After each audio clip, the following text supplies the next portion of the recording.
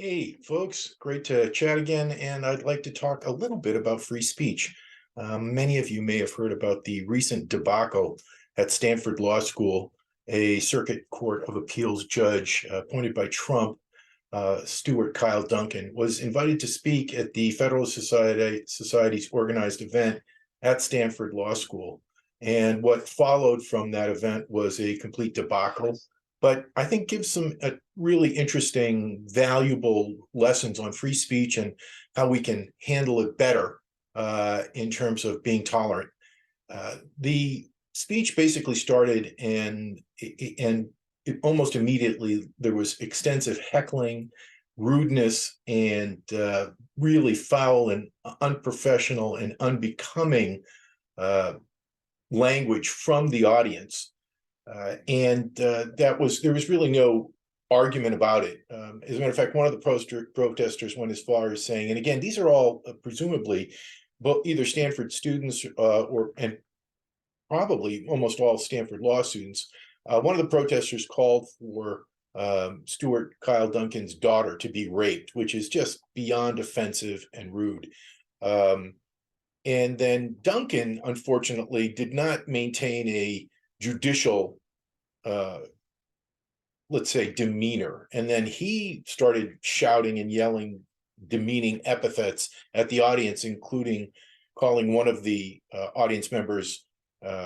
He said, "You are an appalling idiot." So, when conversation degenerates into ad hominem and name calling and just foul language and foul accusations, I think, honestly, that's when the meeting ends right away. The organizers should have immediately ended the meeting and then resumed in a different setting where the ground rules were made absolutely clear that none of this is acceptable behavior, either from the audience and of course, the judge was an invited speaker. He didn't ask to come to Stanford. He didn't just hop on a soapbox and start, spewing his highly conservative and frankly, on a personal level, many of his rulings are just highly conservative. And he clearly has homophobic attitudes and intolerance toward a lot of issues that I think most people, liberals, would find somewhat offensive. And there are many examples of it in terms of his judicial rulings.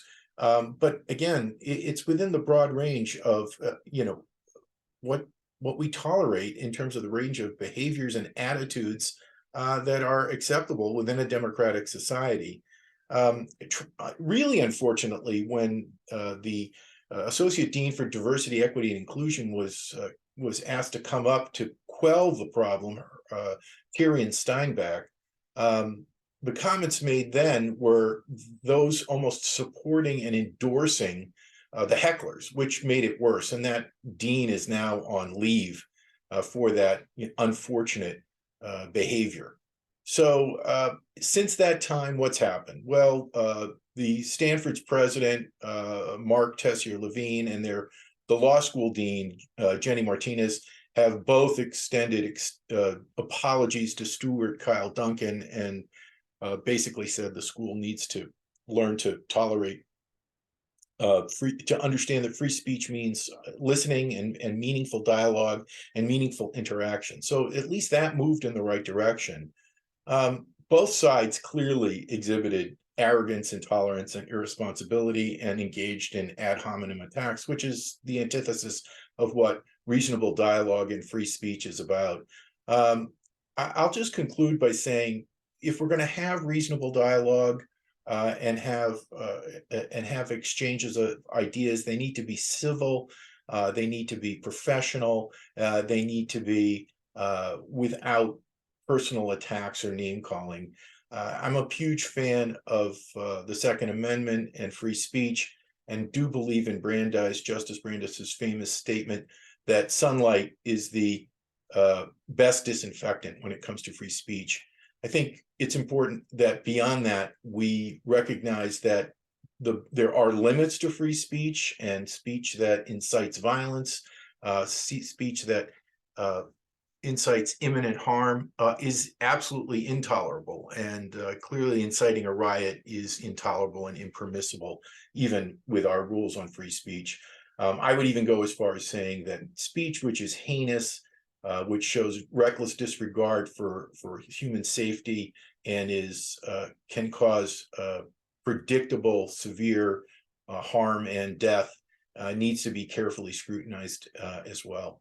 Anyway, would love your comments and thoughts on this, and appreciate any feedback you've got. Thanks so much. Have a great day.